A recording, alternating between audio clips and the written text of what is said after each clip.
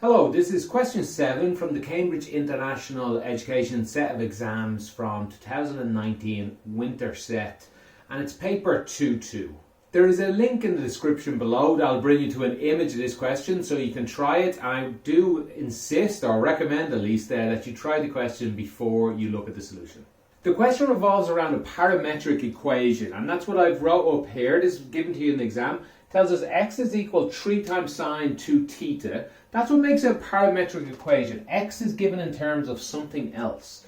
Y is also given in terms of something else. In this case, 1 plus 2 tangent and 2 theta.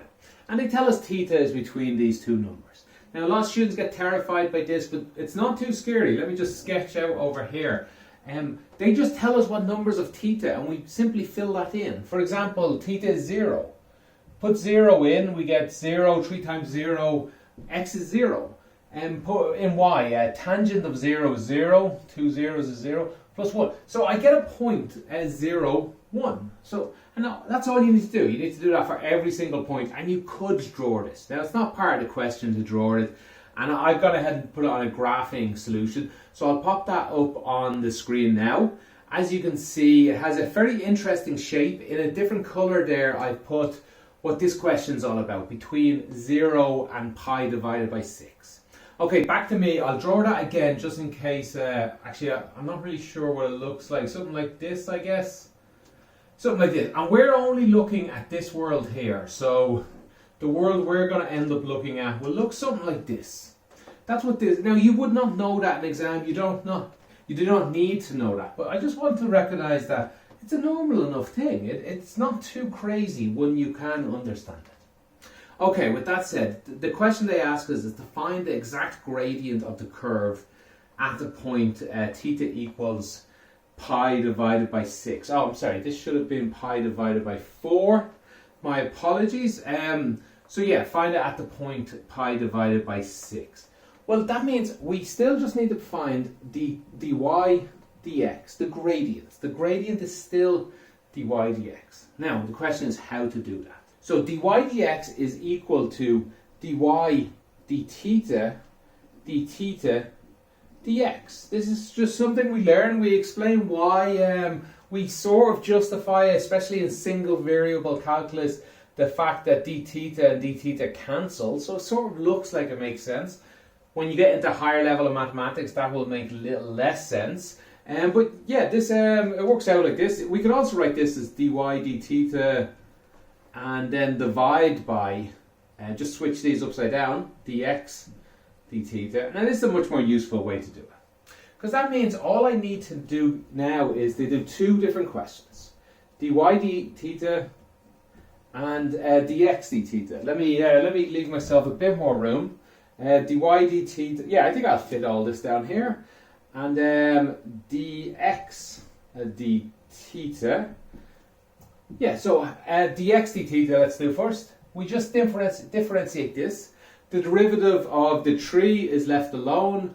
The derivative of the sine is cosine 2 theta. We have to use the chain rule on that, so we get an extra 2 out front. So 2 and a 3 out front, we get 6. 6 cosine 2 theta. To differentiate this one, something similar. The 1 is fine. The derivative of tangent is 1 over cosine squared 2 theta in this case. Again, we need to respect the chain rule, and this a 2 will appear out front. And again, we need to, well, this 2 is still here as well, so that needs to be respected. So we'll get a 4. And that's it. Now, you can do this a lot slower. I apologize for going very quick on that. Honestly, I sort of didn't give myself enough room. But it is possible when you get used to these questions to do it like this in your head. That's fine. So let's use these two bits of information and finish this sum off. This is equal to, the top one is 4 divided by cosine squared 2 theta, all divided by 6 cosine 2 theta. Well, all that equals, that's just 4 divided by 6, which is 2 divided by 3. And this is cosine squared, more cosine, so this is on the bottom row, and this will be more on the bottom row. So we'll end up with 3 of them down there. Cosine to the power of 3. Cosine 2 theta to the power of 3. Or cosine cubed 2 theta. This is, always remember that whenever we write things like this, cosine 2 theta, this is actually equal to cosine theta squared. So actually, I don't quite like the way we do that, but it's a convention we've got into over the years. Okay, so this is the gradient. This is dy dx. All follows into this. That is the gradient. So to answer part 1, they just tell us that this number here is equal pi divided by 6. So we simply have to put in pi divided by 6. It'll go into a calculator and you'll get 16 divided by 3. It's not, you don't have to use a calculator necessarily. Let's see, we are putting in theta equals pi over 6. 2 times pi over 6 is equal to pi over 3. Cosine pi over 3 is a half. That's one of our standard sums. It'll be in our tables book. A half to the power of 3 is 1 over 8. That becomes 8, I guess, because 1 divided by 1 over 8. 8 multiplied by 2 is 16. 16 divided by 3. Or go ahead and put it all in the calculator. That is perfectly okay. Either way, the answer to part 1 is 16 divided by 3. I need to use this answer in part 2, so I'll rub all this out and I'll write this again over this side of the board and we'll do part 2. Okay, so part 2 asks us find the value of theta at the point where the gradient of the curve is 2. Well, this is the gradient of the curve. dy dx is the gradient of the curve. This formula here is the gradient of the curve. And they tell us when this equals 2, what is theta? So we just have to solve this question. So when we solve it, we need to be a little careful how many answers we get, because with trigonomic functions, we often get multiple answers. But in this case, because it's only in this world between 0 and pi divided by 4, we need to be a little careful of this 2 here. 2 theta will end up multiplying this effect. But we're still going to only be in the world between 0 and pi divided by 2, or 90 degrees. So there's actually only one answer in that world. So we will only get one answer on this. It will be the first answer, 0 to pi over 2, or between 0 and pi.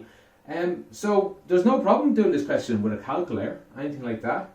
If you want, you can do it a little slower, draw it out, double check you're getting one answer and not 2 or 3. But let's just start rearranging this. Let's multiply both sides by the cosine here. So we get 2 over 3 is equal to 2 cosine cubed 2 theta. And let's divide both sides by the 2. Well, that's quite easy. That goes in one time here. And that's it. This cosine is equal to 1/3. Let's cube both sides. Let's say 1 over 3 to the power of 1 over 3. That's a coincidence. Nothing. Just this 1 over 3 comes from this cubed here. Cosine 2 theta.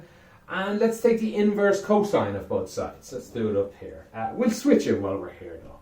2 theta is equal to the inverse cosine. So this will destroy the cosine that was here. And let's see, 1 over 3. Let's put in lots of brackets. This will help the calculator as well. If you type exactly this in the calculator, you will be fine. Actually, let's divide by 2. Let's divide both sides by 2. I'm too lazy to draw this again. So we'll just divide the right hand side by 2. There we go. Now this can exactly go into a calculator. We should only get one answer because they've limited the world here. And well, the calculator will only give us one answer. Let's see, the calculator gives us an answer of 0.402. That's 3 significant figures. That's the radians, which is whatever it is. I guess it's somewhere around 50 degrees or something. I'm not sure. Who cares what it is? Yeah, the calculator only gives us this answer, and that's the only answer we need, because even though it was 2 theta, it's not big enough to get outside this world. There's no other numbers exist that will solve this solution. Alright, so that's it, I guess. Give your answer, yeah. That's it. Remind ourselves what this picture looks like. It was something like this. The first question asked us find the gradient at a certain point. We gave them that. In this case, they said when the gradient is 2, I should have a different color maybe. When the gradient is 2, what is the angle? Not what the x is, what the angle is. Alright, well that doesn't clear it up too much. So just be careful that. They're not asking what y is here. They're not asking what x is. They're asking what theta is. Alright, well I guess I didn't need to bring the picture in. It just confused me a little bit. Okay, hopefully you weren't confused. If you have any questions about any of this, how I saw part 1, part 2, what I meant about multiple answers being possible and why it wasn't in this case, anything, where I got these pictures from, any questions like that, leave them in the comments below and I'll do my best to get back to you. Thanks for watching and have a good day.